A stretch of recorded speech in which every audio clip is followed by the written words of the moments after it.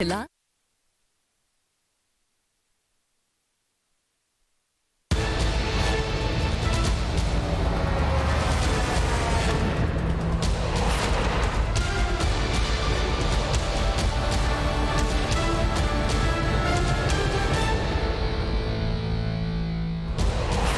आज के शो में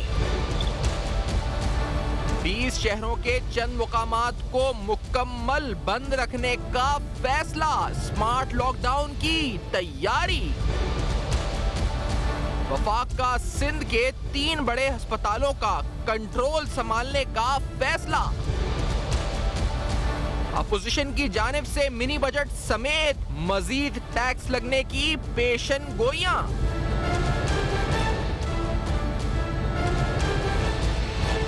अस्सलाम वालेकुम। बस पर्दा हक़ाइक़ सनसनीखेज़ इंकशाफात प्रोग्राम बेनकाब में हूँ आपके साथ सैफान खान।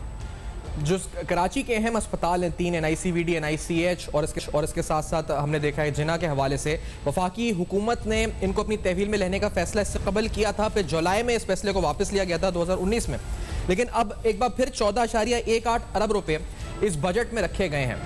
पहले प्रोग्राम का आगाज इन अस्पतालों से कर लेते हैं क्योंकि ये सिंध हुकूमत और वफाकी हुकूमत के माबैन अहम इशू रहा है। इस मसले का आखिरकार क्या बेहतर होने जा रहा है पाकिस्तान के लिए, कराची के लिए या नहीं, ये सवाल उठाते हैं। मुर्तज़ा वहाब साहब तर्जुमान सिंध हुकूमत प्रोग्राम में साथ मौजूद हैं, जिनसे आगाज़ करते हैं प्रोग्राम का।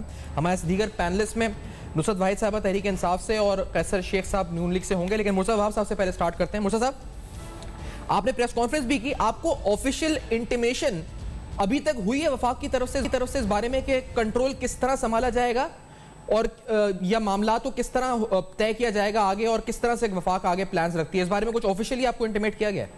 नहीं सफियान साहब, अभी तक वफाकी हुकूमत की जानिब से कोई ऑफिशियल इंटीमेशन नहीं है। अच्छा। कि किस तरीके से वफाकी हुकूमत प्लान कर रही है इन तीनों अस्पताल के कंट्रोल संभालने को, क्या बजटरी एलोकेशन होगी, किस तरीके से वो अखराजात किए जाएंगे। उसके अलावा जो माजी में पिछले 9 से 10 साल में सिंध हुकूमत ने अरबों रुपए इन तीनों अस्पतालों की डेवलपमेंट पे, इंफ्रास्ट्रक्चर की इम्प्रूवमेंट पे और एक्सपेंशन पे खर्च किए हैं, वो अखराजात कब वफाकी हुकूमत सिंध गवर्नमेंट को वापस करेगी, इस हवाले से कोई ऑफिशियल इंटीमेशन वफाकी हुकूमत की जानिब से नहीं है, एक खामोशी है।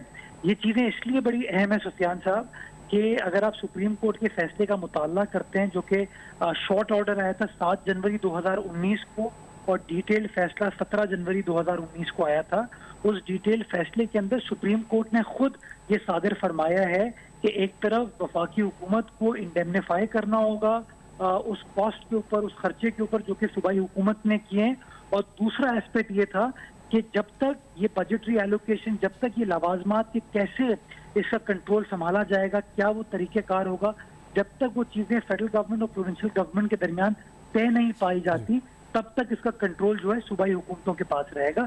ये मैं नहीं कह रहा हूँ, कि सुप्रीम कोर्ट का फैसला कह रहा है। अच्छा, तो इस बारे में जब आपको ऑफिशियल इंटीमेट नहीं किया गया, आपने कोई आपकी अपनी कैलकुलेशन की 10 साल के आप कहना फंड्स हैं जो वाजिब अदा है according to the court decision, यानी कितने दरकार होंगे आपको फंड्स? अगर देखिए सुफियान साहब, इस साल जो हम अभी इतना बजट पास करने जा रहे हैं, इस साल लगभग कोई 19 अरब रुपए इन तीनों अस्पतालों के लिए हमने रखे हैं। पिछले साल की अगर आप बात करते हैं तो 15 अरब थे, और उससे पहले अगर आप देखें तो कॉन्स्टेंटली हमने अपने बजट को बढ़ाते चले आ रहे हैं। आप इसका मिसाल आप ये ले सकते हैं कि 2011 में जब हमने ये तीनों अस्पताल टेक ओवर किए, तो इन तीनों अस्पतालों का कलेक्टिव बजट गालिबन 1 अरब रुपए था तकरीबन। इस अमाउंट को हम पिछले 9-10 साल में बढ़ा के ग्रेजुअली कितने बड़े लिमिट पर लेके गए, तो it's a huge amount of investment that Sindh government had made. NICVD आप सब जानते हैं कि पहले सिर्फ कराची शहर में था, अब कराची शहर के अंदर मेन कैंपस के अलावा बिहारी जनरल हॉस्पिटल में एक और कैंपस खुला है, कराची में 12 जगहों पे इसके चेस्ट पेन यूनिट खुले हैं, उसके अलावा अपने हैदराबाद में, टंडो मोहम्मद खान में, थर पार्कर में, खैरपुर में, नवाबशाह में, सेवन में, लाड़काना में, सखर में आपने इसके सैटेलाइट सेंटर्स खोले हैं। तो जिस तरीके से हमने एक्सपैंड किया है, इसके खराजात बढ़ते चले गए। सिमिलरली अगर आप JPMC की बात करते हैं तो 2010-11 का आपको JPMC याद होगा, एक बहुत ही बुरी सिचुएशन में था, बट आज अगर आप जाते हैं JPMC में तो एक डिफरेंट सिचुएशन है। ट्रेमेंडस इन्वेस्टमेंट वहाँ हुई है, पब्लिक प्राइवेट पार्टनरशिप के अंदर इसके अंदर इन्वेस्टमेंट की गई है, कैंसर के अंदर मुफ्त इलाज वहाँ पर हो रहा है, रेडियोलॉजी का मुफ्त इलाज हो रहा है वहाँ पे, उसका गायनी वार्ड बहुत जबरदस्त है, कैंसर के हवाले से काम हो रहा है। उसका जो इमरजेंसी यूनिट है, जो इमरजेंसी सेंटर है, वो सारे पाकिस्तान के सामने है। तो मैं समझता हूँ जितनी डेवलपमेंट हुई है पिछले 9-10 साल में, इवन हमारे जो नाक़दीन है वो भी इस बात को एक्सेप्ट करते हैं कि इन अस्पतालों के अंदर बड़ा एग्जेम्पलरी काम सिंध हुकूमत ने किया है। अच्छा मुझे ये बताइए, क्योंकि फिर आपने कहा जिस तरह बजट में 20 अरब रखे गए थे, ये जो बजट अब आएगा इसमें फिर आप लोग रखेंगे फंड्स, क्योंकि ऑलरेडी फेडरल गवर्नमेंट ने 14.18 अरब रुपए एलोकेट कर दिए हैं, तो आप लोग भी रखेंगे या अब आपने अपने बजटरी जो ग्रांट्स होंगे उसमें आप लोग उस हिसाब से अब नहीं रखेंगे आप लोग ग्रांट्स? देखिए, ये बड़ा इंपॉर्टेंट सवाल आपने सफियान पूछा। जो पिछला फैसला था सुप्रीम कोर्ट का, वो जनवरी 2019 का था। उसके बाद जून 2019 में वफाकी हुकूमत ने खुद अपना बजट पास किया। उस बजट में वफाकी हुकूमत ने इन तीनों अस्पतालों के लिए एक पैसा नहीं रखा। 2 जुलाई को वफाकी काबीना का इजलास होता है। वफाकी काबीना खुद फैसला करती है, आप चाहेंगे कागजात में आपको दे दूंगा, जिसमें वफाकी काबीना वजीर आजम की सरबराही में कहती है कि जो फाइनेंशियल कंस्ट्रेंट्स हैं हमारे, उसको बरूए खातिर लाते हुए हम अस्पताल को नहीं चला सकते, देयरफॉर इन अस्पतालों को प्रोविंशियल गवर्नमेंट के हवाले कर दिया जाएगा। तो ये फैसला तो वफाकी हुकूमत माजी में खुद कर चुकी है। जब वफाकी हुकूमत ने इसके लिए बजटरी एलोकेशन नहीं की, तो प्रोविंशियल गवर्नमेंट नेचुरली वो इन अस्पतालों को बंद तो नहीं कर सकती। हमने इन अस्पतालों को एक बार फिर बेल आउट किया।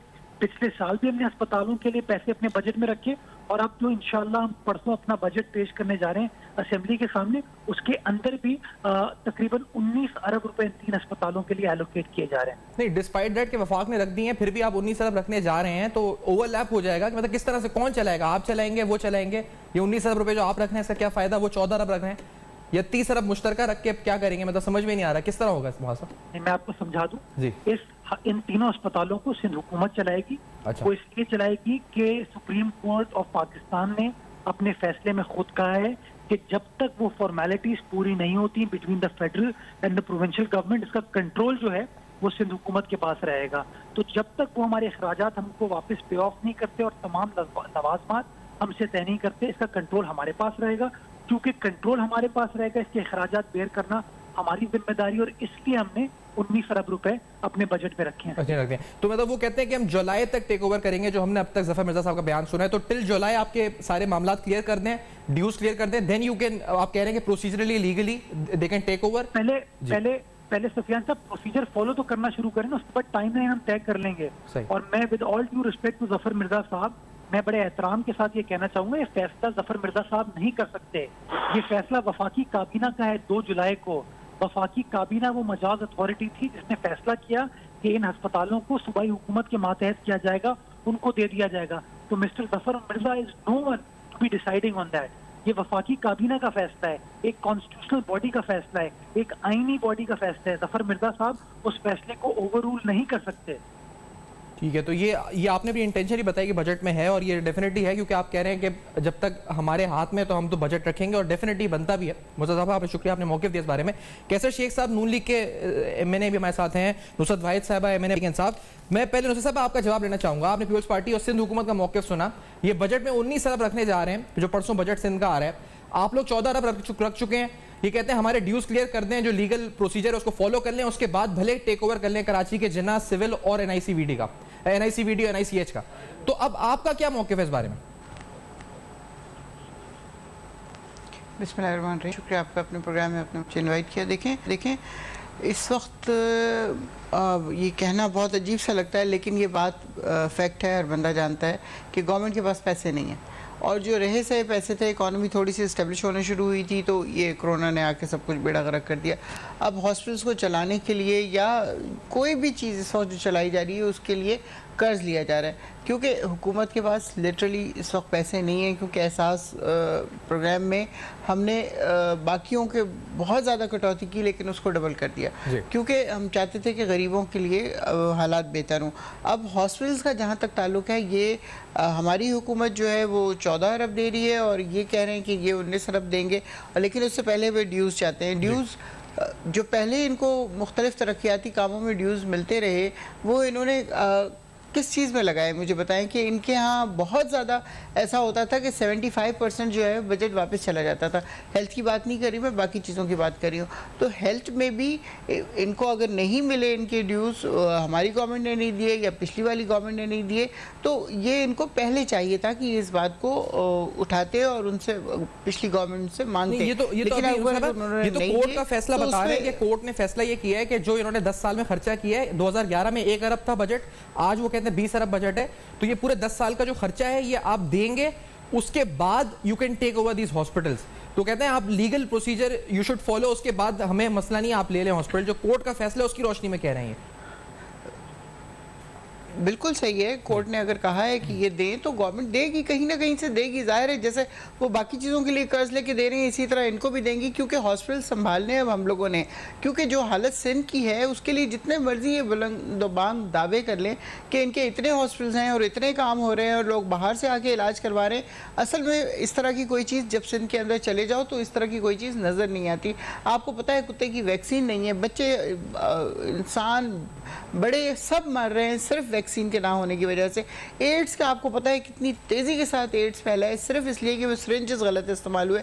आज भी तस्वीरें आती हैं कि लोग चरपाइयों पे लेटे हुए हैं और उनके ऊपर ड्रिप्स लगी हुई है और एक बंदा पकड़ के ड्रिप खड़ा हुआ है। तो ये सिर्फ कहने की बातें हैं कि इनको इतना इन्होंने काम किया सिंध के अंदर कि वहाँ के हालात ड्यूज क्लियर करेंगे। आपने ये कहा, मैं ब्रेक की तरफ जाऊंगा, मैं ब्रेक के बाद वापस आता हूँ, कैसा शेख साहब से भी गुफ्तगू करते हैं इस बारे में। एक ब्रेक लेते हैं, इस ब्रेक के बाद नाज़रीन वापस। 14 अरब वफाक ने रखे हैं, सिंध हुकूमत 19 अरब रखने जा रही है, जो मुर्तज़ा वहाब साहब ने भी बताया परसों के सिंध के बजट में।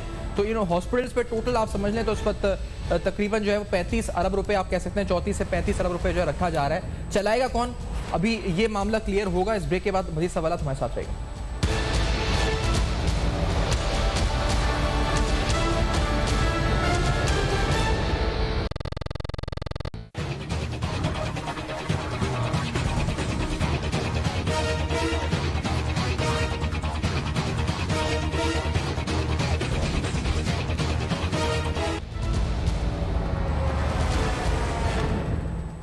Welcome back. आप देख रहे हैं बेनकाब में अहम तरीन सवाल। कराची के 3 अस्पताल NICVD, इसके साथ NICH और जिना, इन 3 अस्पतालों का जो कंट्रोल है वफाक अपने हाथ में ले रहा है। अभी कुछ देर कबल मुर्तज़ा वहाब साहब ने कहा कि तकरीबन 19 अरब रुपए जो बजट परसों पेश होने जा रहा है, सिंध हुकूमत उसमें बजट रख रही है इनके लिए। वफाकी हुकूमत तकरीबन 14.18 अरब रुपए इन 3 अस्पतालों के लिए मुख्तस कर चुकी है इस बजट में जो पेश हुआ है। ये कंट्रोवर्सी तो है, लेकिन आज ही बजट के सेशन के दौरान इस असेंबली यानी नेशनल असेंबली में ख्वाजा आसिफ साहब ने नून लीग के जो रहनुमा हैं एक अहम मुतालबा कर दिया। वो मुतालबा क्या है आपको सुनवाते हैं, फिर से बात भी करते हैं। लेट्स हियर दिस के ख्वाजा आसिफ साहब ने मुशीर खजाना और गवर्नर स्टेट बैंक के हवाले से क्या मुतालबा किया। Let's hear this. मैंने आपको बताया है, मैं आखिर में फिर रिक्वेस्ट करूंगा गवर्नर स्टेट बैंक को और फीस शेख से दोनों को ECL पे डालें और परफॉर्मेंस बॉन्ड बनवाएं उनसे कि तुमने फलां चीजें करनी है, अगर नहीं करोगे तो ये इस मुल्क से नहीं जाओगे। और हॉट मनी के सारे यहां पे नाम आएंगे, आज नहीं आएंगे, कल नहीं, परसों तरसों कभी तो आएंगे। हम पीछा करेंगे। मार्क माई वर्ड्स, ECL पे नाम डालने का मुतालबा नून लीग की तरफ से असेंबली के फ्लोर पर हुआ। कैसे शेख साहब, क्यों हुआ ये मुतालबा और अब इसको फॉलोअप किस तरह करेंगे आप लोग? इस मुतालबे की वजह भी बताएं और फॉलोअप में किस तरह रखेंगे इस मुतालबे को? देखिए, मुतालबा तो बिल्कुल सीधा है कि जो ये 13.25% पॉलिसी रेट रखा गया और उसकी वजह से कहा गया कि ये बाहर से पैसा आएगा और वो हम रिजर्व रखेंगे। तो जो ही आपने देखा कि 1-2 महीने में ही वो सारे का सारा पैसा चला गया, 13.25% भी उनको दे दिया। क्या तरीकाकार था? 13.25% किन्होंने कमाया है? वो हॉट मनी वापस चली गई और इतना ह्यूज, अभी आपने 5.5% उसमें या कम करके 8% कर दी। जो पहले 3,000 अरब रुपए का जो दिया है, जो अभी तक सूद भरा है, ये सारा ये तो इसे इनकी पॉलिसी की वजह से हुआ। उस पॉलिसी से फायदा किसको हुआ? ना तो इंडस्ट्री लग गई। तो मुझे बताएं कि किसने उसका फायदा लिया। बात ये सारी हॉट मनी जो आपने रखी, उसका इंटरेस्ट रेट पे किया, उसका इतना बड़ा ह्यूज हमने मार्कअप पे किया, तो उसका रिजल्ट क्या हुआ? रिजल्ट तो ये हो गया कि हम टोटल फेलियर, हमारा 9% से ज्यादा इन्होंने अब रखा था पिछले बजट 7% जो डेफिसिट होगा, जो बजट का खसारा, पिछले बजट की तकरीर आप उठा के देख लें, लेकिन ये 9.5% तक चला गया। जो इतना बड़ा खसारा हुआ इसी वजह से हुआ कि जो इतना ऊंचा रेट रखा और उस रेट पे जो रकम आई बाहर से और वो फौरन वापस चली गई, उसका जो इस दौरान में फायदा लिया। अब क्यों नहीं लोग वही रकम यहाँ ला रहे ना, वो सिर्फ वो फायदा लेने के लिए किया गया ना। 5% जो एक्स्ट्रा हुआ, आज 5% ज्यादा रेट है, तो उसका तो उस तौर पे अगर एक्सपर्ट को लाते हो, मुझे ये बताएं, ये बाहर वाले इतने अगर हैं तो कभी किसी बाहर वाले ने पाकिस्तान में अपना बिजनेस करके दिखाया? ये बिजनेस के फरोग चाहते हैं, ये कहते हैं कि ये इस तरह इकानमी बढ़ेगी। मुझे कोई भी बता दे, ये तो आते हैं, यही एक ही हमारे वजीर जो मुशीर खजाना, वही उस वक्त काफ लीग की हुकूमत में रहे, वही पीपल पार्टी की हुकूमत में, वो अभी पीटीआई की हुकूमत में, और कोई पाकिस्तान के अंदर, हमें ये बताइए, हम दिन रात कारोबार करते हैं, एक दूसरे से इंटरेक्शन करते हैं, मुल्क की इकानमी के बारे में बातचीत करते हैं, किस तरह मुल्क बेहतर होगा। ये इतना बड़ा खसारा छोड़ के चले गए, कोई पूछने वाला इनको नहीं है। तो ये तो बिल्कुल हार्ड मनी को लाजमी तो नहीं है, मुल्क के मफाद की बात है ना। इस तरह या तो वो रकम हमारे रिजर्व में रहती, अगर रिजर्व हमने बढ़ाना था ना, वो रिजर्व रही, और जो इस दौरान में 5% ज्यादा पे किया गया, हमने जो रेट रखा हुआ था वो तो 6% था पॉलिसी रेट, इन्होंने उसको बढ़ा के 13.5% कर दिया, अभी वो वापस आज 8% है। तो क्या हमें समझाया जाए ना कि उसके फायदे क्या थे, ये कम करने का क्या फायदा हुआ है। और 3,000 अरब रुपए हमने डेट सर्विस में पे कर दिया, ये सारा ये जो हार्ड मनी भी चली गई। तो आप ये बता दीजिए, तो बिल्कुल लॉजिकल है ना, कोई एक्सप्लेन करने वाला नहीं है। वैसे तो कोई भी बात हो तो यहाँ अकाउंटेबिलिटी होती है, नैब उनको बुला लेती है, लेकिन इतने बड़े ह्यूज मैटर में, और अभी आप देखिए कि तेल की प्राइसेज में क्या हुआ। मैं आपको बताऊं, सबसे बड़ा स्कैम तो ये है, मार्च में तेल की तमाम जो मार्केटिंग कंपनियां, उनको बैन कर दिया, जब पाकिस्तान की तारीख का सबसे कम तेल का रेट हुआ, $15 ब्रेंट का रेट हो गया। मैं खुद ऑयल यानी पेट्रोकेमिकल का बिजनेस करता हूं, ये 40 साल में नहीं हुआ। एक रेट इतना कम हुआ, बजाय कि उसका फायदा उठाने पे, ये इंडिया ने तो उसको हेज किया है, बजाय कि 6 महीने का हम खरीद लेते हैं उस वक्त ऑयल, और इंडिया ने किया है, आपके सामने है मिसाल, हमने वो खरीदा, उनको बैन कर दिया ऑयल मार्केटिंग कंपनियों को कि $15 में आप नहीं खरीदो। आज वो फिर $38 हो गया है ब्रेंट का रेट। आप बताइए कि कौन जिम्मेदार है इतने बड़े ह्यूज डिफरेंस का। हमारा तो बैलेंस ऑफ ट्रेड बेहतर हो जाता, बैलेंस ऑफ पेमेंट में बहुत ज्यादा इंपोर्ट और एक्सपोर्ट का खसारा कम हो जाता। तो आप मुझे बताइए ना, कोई चीज, कोई अकाउंटेबिलिटी कहाँ हो रही है? अकाउंटेबिलिटी तो सिर्फ अकाउंटेबिलिटी का मुतालबा नून लीग ने कर दिया है। तो नुसरत साहब, मैं आपसे पूछना चाहूंगा कि अभी इन्होंने जो मुतालबा किया है वो हॉट मनी का है, और ये कह रहे हैं जो 6% से इनके जमाने में रेट ऑफ यानी पॉलिसी रेट था, शरह सूद था, उसको 13.25% पे आप लेकर आए, फिर 8% कर दिया। लेकिन इससे जो फायदा उठाया जिन लोगों ने, वो कौन थे? और एक परफॉर्मेंस बॉन्ड का जिक्र किया, यानी आप लोग एक परफॉर्मेंस बॉन्ड दस्तखत करवाएं मुशीर खजाना से और गवर्नर स्टेट बैंक से। आपको कोई एतराज है इस पे? क्योंकि ये दोनों तो पीटीआई के हैं भी नहीं, वैसे भी ये तो आपकी टीम में है, लेकिन दे आर नॉट पीटीआई। तो आप बतौर MNA PTI, do you also want this? Nusrat साहब देखिए, पीटीआई के नहीं है, लेकिन पीटीआई की गवर्नमेंट के लिए काम कर रहे हैं, पाकिस्तान के लिए काम कर रहे हैं।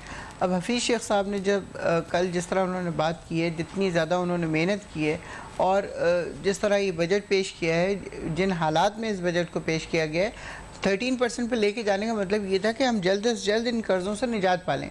लेकिन वो हालात इस तरह के पलट गए कि दोबारा, आपको पता है, इकॉनमी सिर्फ पाकिस्तान की नहीं बल्कि पूरी दुनिया की इकॉनमी डिप्लीट हुई है। अमेरिका और यूरोप और कर्जे उतर जाए हमारे, तो उससे तो कर्जों पे सूद और बढ़ गया आपका, और आपको 3,000 अरब ज्यादा कर्जों पे सूद देना पड़ा ना, उससे तो आपको नुकसान हुआ। इससे कर्जों से कैसे आप छुटकारा पानी थी बढ़ाकर रेट?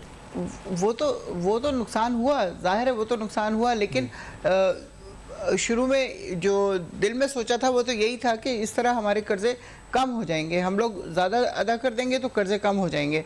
आपने देखा है कि पहली हुकूमत है जिसने 500 अरब रुपए के कर्जे भी अदा किए। रेट बढ़ाने से आप कर्जे, दिल में आपकी नियत थी कि कर्जे कम हो जाएंगे, ये तो कोई कहीं किसी भी बुक में ऐसी कोई लॉजिक तो मुझे समझ नहीं आ रही कि रेट इसलिए बढ़ाया था कि कर्जे कम हो जाएंगे।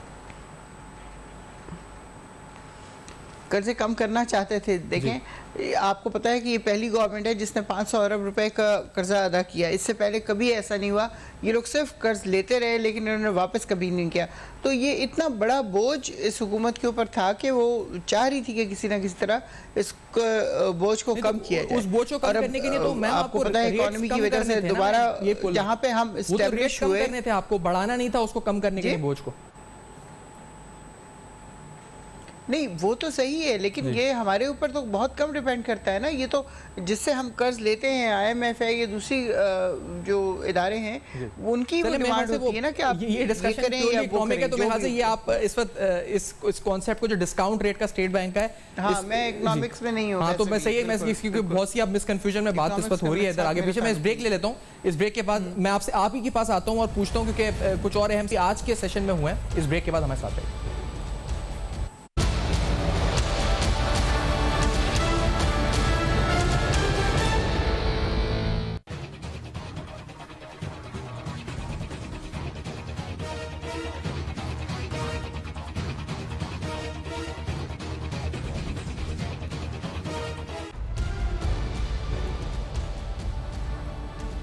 Welcome back. आप देख रहे हैं बेनकाब। और अब से कुछ देर कबल कौमी असम्बली के इजलास में ख्वाजा आसिफ साहब ने मुतालबा किया कि गवर्नर स्टेट बैंक और मुशीर खजाना का नाम ECL में डाल दिया जाए। उसका रैशनल ये है जी कि डिस्काउंट रेट 13.25% तक ले गए, 6% से हॉट मनी आया, किसने कमाया, और परफॉर्मेंस बॉन्ड की बात भी की है ख्वाजा आसिफ साहब ने। ये इस बात को थोड़ा सा आगे और बढ़ाते हुए एक स्मार्ट लॉकडाउन का फैसला भी हो रहा है। इस पर भी एक सवाल आपसे नुसरत साहब, फिर हम गैर साहब की तरफ आएंगे। लाहौर में तो हुआ है फैसला, हमने सुना है कि 20 और मुकामात शहर हैं जहां हॉटस्पॉट आइडेंटिफाई हो चुके हैं। कराची और दीगर शहरों में अब स्ट्रेटजी आपकी हुकूमत की क्या चेंज हुई है? अब लॉकडाउन कर रहे हैं स्पेसिफिक हॉटस्पॉट एरियाज में? क्या प्रोविंशियल गवर्नमेंट्स ऑन बोर्ड हैं? क्या पॉलिसी शिफ्ट है इस पर उस साहब? जी बिल्कुल इस तरह की चीज़ है। अभी आप देखें इस्लामाबाद में बहुत सारे सेक्टर ऐसे हैं जिनको लॉकडाउन कर दिया गया है, जहाँ पे ज़्यादा मरीज़ पाए जा रहे हैं। तो यही रखा जाएगा एक तरीक़ाकार कि वो देखेंगे कि कहाँ पे ज़्यादा मरीज़ पाए जा रहे हैं, फिर वहाँ उस इलाके को लॉकडाउन कर दिया जाएगा। लेकिन मसला ये है कि आपको पता है और सबको पता है कि हम इस कोरोना से पहले तो 25% नीचे गुर्बत की लकीर से जा रहे थे, लेकिन इस वक्त शायद 40-50% लोग जो हैं वो गरीब हो गए। हम टोटल लॉकडाउन नहीं कर सकते। पाकिस्तान क्या पूरी दुनिया अब उस पे आ गई है कि उनको उस लॉकडाउन में थोड़ा नरमी करनी पड़ेगी। लेकिन जो इलाके ज़्यादा मुतासर हो रहे हैं, जो शहर ज़्यादा मुतासर हो रहे हैं, उनको फिर लॉकडाउन कर दिया जाएगा।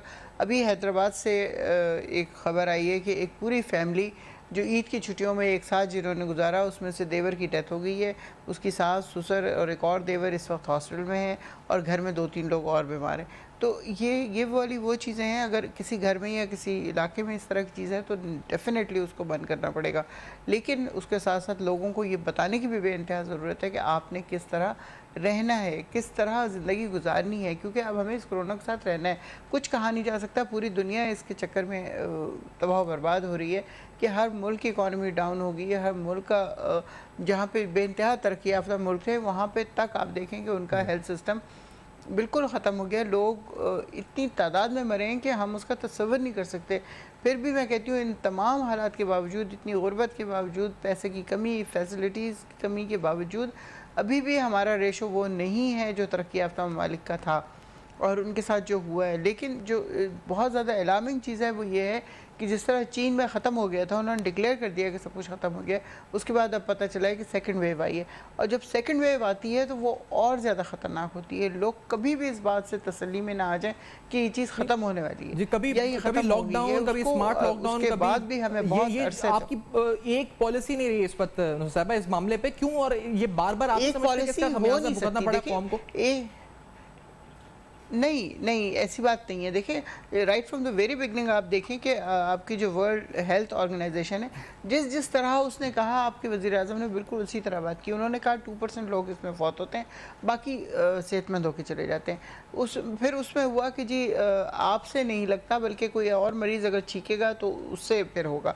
तो ये तमाम चीज़ें वो लोग कहते रहे। तो ज़ाहिर है ये एक नया वायरस है जिसके बारे में इससे पहले कोई नहीं जानता था। वज़ीर आज़म अपनी तरफ से कोई भी चीज़ नहीं कर रहे थे कि आप लोगों का ख्याल ये कि उन्होंने कहा कि नरमी की जाए और उन्होंने कहा सख्ती की जाए, तो इससे बहुत ज़्यादा फैल गया। अच्छा, ऐसी बात नहीं है, लोगों के अंदर अवेयरनेस नहीं है। अच्छा, कैसर शेख साहब से भी गुफ्तगू का, कैसर साहब क्योंकि आपने वो जो मुतालबा किया, मैं उसी पर एक सवाल आपसे पूछना चाह रहा हूँ, क्योंकि आई एग्री विद दिस 100% के 13% डिस्काउंट रेट 13.25 नहीं होना चाहिए था। ये बहुत ही गलत फैसला था जिससे हमारी लोकल इंडस्ट्री, हमारी मईशत, सब चीज़ों को बहुत, और हुकूमत को खुद नुकसान हुआ क्योंकि उनकी डेट सर्विसिंग बढ़ गई। लेकिन एक और सवाल हमाद अजहर साहब ने उठाया था, मैं आपकी तरफ रखूँगा क्योंकि आप नेशनल असेंबली की फाइनेंस कमेटी भी हेड करते रहे, फाइनेंशियल उमूर से वाबस्ता भी रहे। आपने PIBs यानी आपकी हुकूमत ने PIBs 2014 में इशू किए, 12% रेट था, जब टी बिल्स का रेट 8% था। ये 2 खरब के ट्रिबल ये इस वक्त आपने पीआईबी जो है इशू किए, जिससे मईशत को तकरीबन 80 अरब का नुकसान एनुअली हुआ 2 या 3 साल तक। इसकी तहकीकात का मुतालबा कब करेंगे आप लोग? कैसा शेख साहब?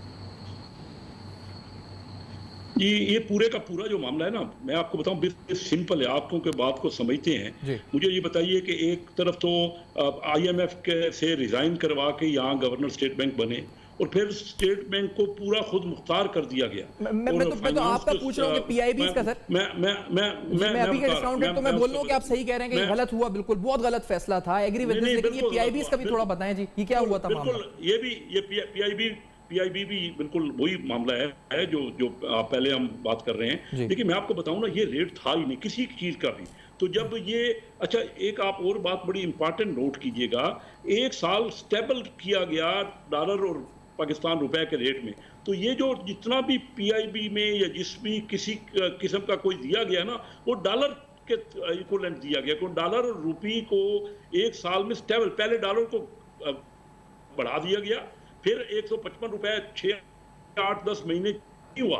तो वो क्या हुआ कि आपने 13.25% या पीआईबी को भी जो किसी को भी दिया है तो वो डॉलर टर्म्स में दिया है, पाकिस्तानी रुपए में नहीं। हो जहां दुनिया में रेट 2% चल रहा था, आपने 8-10% दिया या 13% दिया, गलत दिया, हॉट मनी था सर, फायदा उठाया लोगों ने। लेकिन फिर आपके पीआईबी के इन्वेस्टर्स कौन थे, उनकी भी लिस्ट जारी करें जिन्होंने 12% पे लिया और वो 8% रेट था टी-बिल्स का उस वक्त, वो 80 अरब का जो फायदा उठाया सालाना, वो कौन लोग थे? उनकी भी कोई तफसीलात हैं आपके पास कोई, वो इन्वेस्टर्स, ताकि हॉट मनी की भी तफसीलात हैं, वो भी आए, सारी आए ना कौन के सामने? बिल्कुल आप दुरुस्त कह रहे हैं कि ये सारे मामले को, इतना बड़ा ह्यूज मामला है, लेकिन वो उनको कहते हैं ये खुद मुख्तार भी है, कोई उनको चेक भी नहीं कर सकता। और ये सारा कुछ जो कुछ हुआ है, आप खुद समझते हैं मामले को, आप मुझे बता दीजिए कि ये रेट कहाँ एडवाइजेबल था, और आज वो रेट 5% कम कर दिया गया। तो फिर ये जरूरत क्या थी उस वक्त? अभी तो हुकूमत को फायदा हुआ कि कम, और एक